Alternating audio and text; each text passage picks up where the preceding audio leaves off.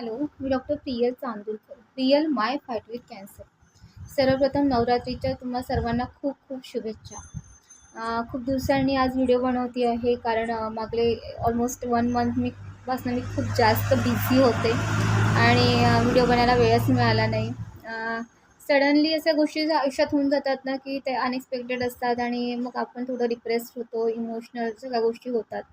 तर तसंच झालं आहे आणि सडनली माझे मामा हार्ट अटॅकने गेलेत आणि तो एक इमोशनल ट्रॉमा आमच्या फॅमिलीवर मोठा झाला. आणि ह्या दरम्यान असं झालं की तो एक इमोशनल ट्रॉमा मला होता, कारण मला लहानाचं मोठं माझ्या मामांनी केलेलं आहे. आणि मामांकडे 15-20 दिवस झाले ती आहे आणि सगळ्या गोष्टी माझ्यावर जबाबदाऱ्या येऊन पडल्यात. कॅन्सर जर्नीला 2 वर्ष झालेत, पण ह्या 2 वर्षात मी जबाबदाऱ्या म्हणाल तसं जे वाटलं ती कामं करायची, पण मुलीचं सगळ्या गोष्टी करायच्या, क्लिनिक सांभाळायचं, माझं देवपूजा ह्या सगळ्या गोष्टी ज्या होत्या त्या मी आपलं छोटी-मोठी कामं घरची करून घ्यायची. पण असं एकदम स्वयंपाक आणि ह्या सगळ्या गोष्टी दोन्ही टाईमचा स्वयंपाक कधी माझ्यावर जबाबदाऱ्या मम्मीने टाकलंच नाही. ते सगळं ती करत होती. आणि आता असं झालं की मम्मी घरी नाही आहे आणि सगळं माझ्यावर येऊन पडलं. भाऊ आहे, वडील आहेत, मुलगी आहे आणि मी. 4 जण आम्ही घरात आहोत आणि सगळ्यांचं करायचं सकाळ संध्याकाळ. मुलीचे काही टँट्रम्स होते त्या दरम्यान, जे असतातच सगळ्या मुलांचे, की हे बनव मम्मा, ते बनव. आणि मानसिकता माझी काहीच नव्हती की काय मी तिला नवीन करून खाऊ घालेल असं. कारण मामांचं असं झाल्यामुळे आम्ही सगळे काही मूडमध्येच नव्हतो.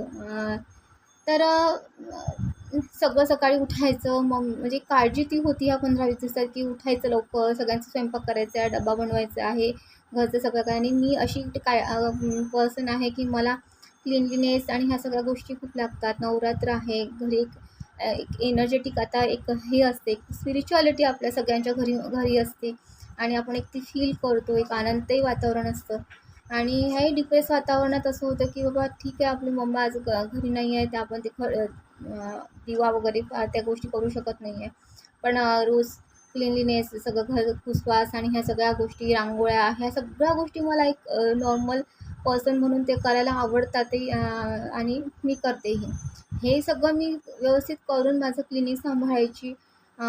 रात्री 10-10 वाजेपर्यंत क्लिनिक झालं की मग मुलगी माझ्यासोबत आणावं लागत होती क्लिनिकला. मग आम्ही दोघी 9:30-10ला क्लिनिक पेशंट झाले की घरी जायचं, मग स्वयंपाक बनवायचा.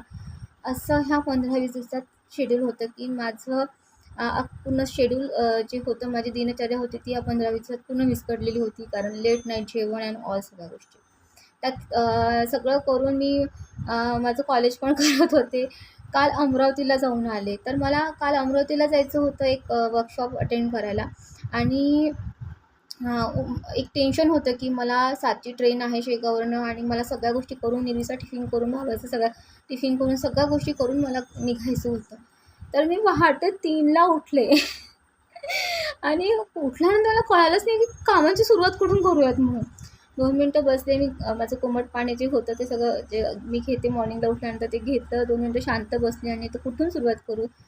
3 वाजले. जास्त आवाज झाला तर झोपामोड होते सगळ्यांच्या. तर मी हळूहळू सगळ्या गोष्टी कामं करायला सुरुवात केली. रांगोळ्या काढ, पुसवास सगळं केलं आणि मग अंघोळ करून स्वयंपाकाला सुरुवात केली. स्वयंपाक केला, मुलीचा टिफिन, मुलीचे स्नॅक्स, मुलीची पाण्याची बॉटल, सगळ्या गोष्टी करून झाल्यात आणि मी तयारी केली आणि मग वडिलांना उठवलं की मला पोहोचून द्या म्हणून शेगावला. अँड आफ्टर दॅट मी सगळं हे करून तिथे आम्ही गेलो अमरावतीला. तिथे वर्कशॉप अटेंड केला आणि परत निघालो. सो मी 8 वाजता घरी पोहोचले. रस्त्याने 6 वाजतापासून पेशंटचे फोन सुरू झाले होते आणि लिटरली काही जणांना सांगितलं अर्जंट असेल तर थांबा आणि अदरवाईज उद्या सकाळी या म्हणून. पण गेल्या काही पेशंट थांबलेले होते आणि वडिलांनी क्लिनिकजवळ उतरून दिलं आणि मी पेशंट वगैरे बघितले आणि मग 9 वाजता घरी गेले. आणि इतके थकून गेले होते की माझ्यामध्ये काहीच त्राण नव्हते. मुलीला जवळ घेतलं, तिचा लाड केला, सकाळपासून भेटलं नव्हतं. आणि मग असं झालं की मी पडले आणि मला विचार आला की ह्या 2 वर्षात आपण काही एवढ्या जबाबदाऱ्या केल्याच नाही आणि एक हाऊसवाईफ म्हणून पण मी सगळ्या गोष्टी करत होते. एक डॉक्टर माझं प्रोफेशनही सांभाळत होते, एक आई म्हणून माझ्या मुलीचाही सांभाळ करत होते. ह्या सगळ्या जबाबदाऱ्या मी एकटी त्या 15-20 दिवसात आता करत होते. आणि मला सडनली झाली की ही एनर्जी आपल्यामध्ये कुठून आली, कुठून येते. कारण मला दृष्ट लागते अक्षरशः. मला लोक म्हणतात, की "अगं तू पेशंट म्हणून वाटत नाहीस. म्हणजे तू असं वाटत नाही. एवढ्या मोठ्या आजारातून बाहेर पडली, एवढे सगळे तुझ्यावर इमोशनल ट्रॉमा झाले आणि तू ह्या ह्याच्यातही स्वतःला किती बॅलन्स ठेवलं आहे. सगळ्या गोष्टी तू करते आणि किती तू ॲक्टिव्ह राहते. सगळ्या गोष्टींमध्ये तू ॲक्टिव्ह राहतेस." तर मला लोकं दृष्ट लावतात अक्षरशः. तर एवढा तू हे करत नको जात स्ट्रगल करत नको जात एवढं एक्झर्शन तू करत नको जात मला हेही ऐकायला मिळतं. सो मी हसले आणि मग मला आठवलं, की काही लोकं माझे सासरचेच लोकं म्हणजे ते मला म्हणत होते, की ही मरणार आहे. अजूनही ते म्हणतात. आत्ताच मी बरोबर माझ्या जाऊबाईंशी बोलले, तर माझी जाऊबाई म्हणते, की अजूनही त्यांना वाटते, की तू मरणार आहेस, की बाबा ही काय पैसे घेऊन मोकळी झाली, पण ही मरणार आहे. सो कॅन्सरचा पेशंट वाचत नाही अजूनही त्यांची ती मेंटॅलिटी आहे. पण म्हणजे मला ना त्यांच्या बुद्धिमत्तेवर, त्याच्या कुचिन विकृत बुद्धिमत्तेवर मला हसायला येतं. कारण माणसाचं कोणाचं काय कोणाचं जीवन मरण हे कोणालाच माहिती नाही. त्यांना त्यांचंसुद्धा माहिती नाही. ते माझ्या मरणाची का अपेक्षा करत आहेत? का मी मरणार आहे त्यांनी का प्रेडिक्ट करून ठेवलेलं आहे?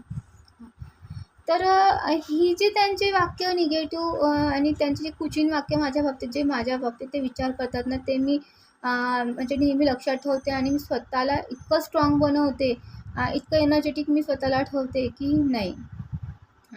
म्हणजे मी आणि देवाला म्हणते, की ह्यांचे विचार असेच राहू देत आणि माझं आयुष्य असंच वाढू दे. म्हणजे आता मी प्रत्येक गोष्टीला असं पॉझिटिव्हली घ्यायला सुरुवात केली. म्हणजे आधी मला त्या लोकांबद्दल खूप जास्त क्रोध होता, की की मूर्ख, नालायक हे लोकं आहेत. बापरे! म्हणजे विचारही नाही करू शकत. यांना 2-3 यांना भरचौकात मारायला पाहिजे, की त्यांची घाणेरडी विचार आणि कुचिन विकृत विचार आहेत. म्हणजे असे मला त्या लोकांबद्दल होतं. पण कसं असतं ना, आपली एक प्रेस्टीज होती. त्या लोकांची काही इज्जत नव्हती. त्याच्यामुळे ते मारझोड वगैरे त्या गोष्टी मी करू शकत नव्हती. पण असा एक राग माझा तो ॲग्रेवेट व्हायचा त्यावेळेस. तर पण आता मी ना त्यांच्या सगळ्या गोष्टी अशा पॉझिटिव्हली घेते.